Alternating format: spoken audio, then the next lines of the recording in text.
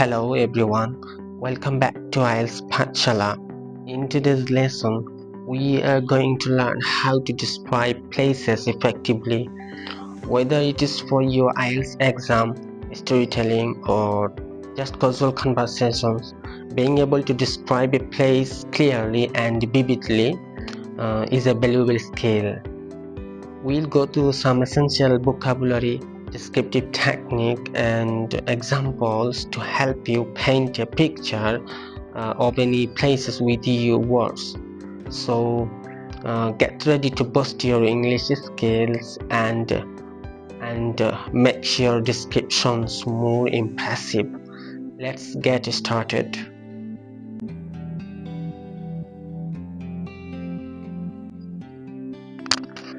Now let's look at some important vocabulary for describing places. To make your descriptions vivid and clear, it's essential to use the right words. Let's start with location-related words. For example, you can describe a place as urban, rural, suburban, or remote. If it's near the sea, you can say it's coastal. If it's surrounded by mountains, you can say it mountainous, right? And next, let's talk about words to describe a place's appearance. It's important. You might say it's picturesque, vibrant, modern, or even historic. For example, the small village is picturesque with its cobblestone street and colorful houses. Then we have words that describe the atmosphere or feeling of a place. Is it peaceful, bustling, tranquil, or lively? For example, the park feels peaceful with birds chirping and soft breezes. And lastly, let's talk about words to describe the significance of a place. Some places are historic, iconic, or can be cultural or even touristy, right? For instance, the Taj Mahal is an iconic landmark that attracts millions of visitors every year. These words will help you create detailed and impressive descriptions. Make sure to note them down and try using them in your own sentences.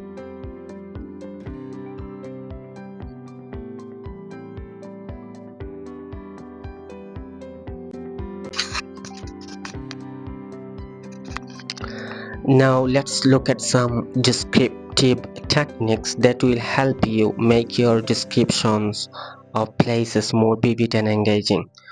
There are three main techniques on focus on.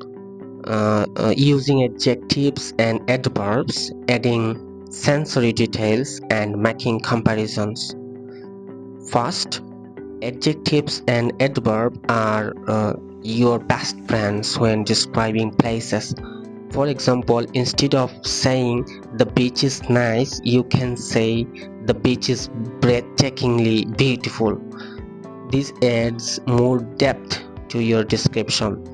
Next, sensory details help the listener or reader imagine the place more clearly.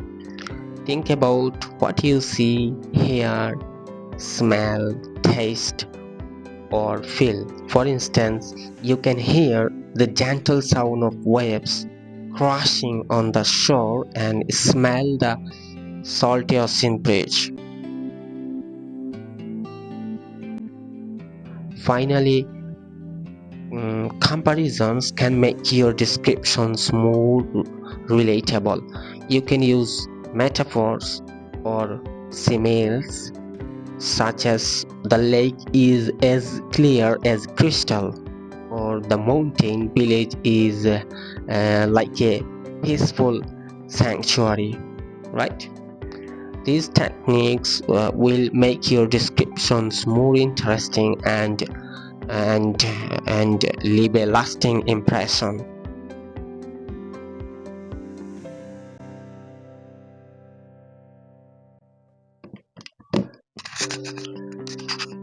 Okay, let's now look at some examples of how to describe different types of places using the technique and vocabulary we have just learned. For a city, you might say the city is a bustling metropolis with towering skyscraper and vibrant street that never sleep. The air is filled with the aroma of street food and the atmosphere is electric with energy.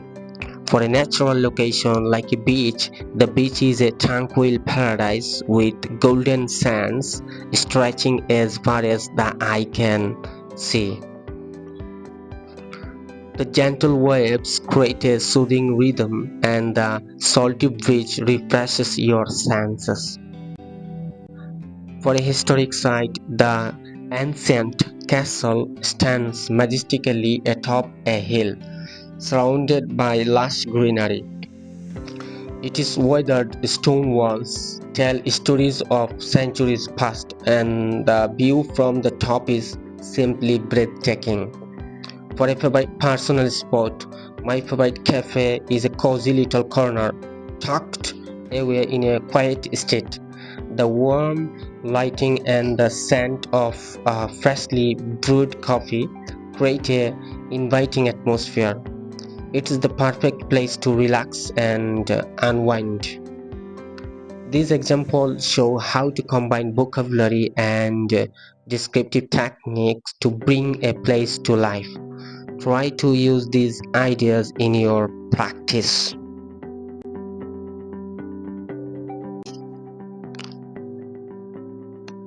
Now it's your turn to practice describing places. I want you to think about a place that is special to you or a place you have visited recently. Use the vocabulary and techniques we have discussed today. To make it easier, you can follow this structure. Start by naming the place and its location. Describe its appearance. What does it look like? Talk about the atmosphere. How does it feel to be there? Share why this place is special to you. For example, you can say, I visited a beautiful beach in Cox's Bazar. The golden sands stretched endlessly, and the turquoise water sparkled under the sun. The sound of the waves was soothing, and the atmosphere was so peaceful.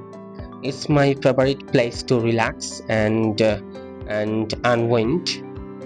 Now, take a moment to write a few sentences or practice speaking about a place you love. You can share your responses in the comments or practice with a friend. Remember to use descriptive words and sensory details to make your descriptions vivid and engaging.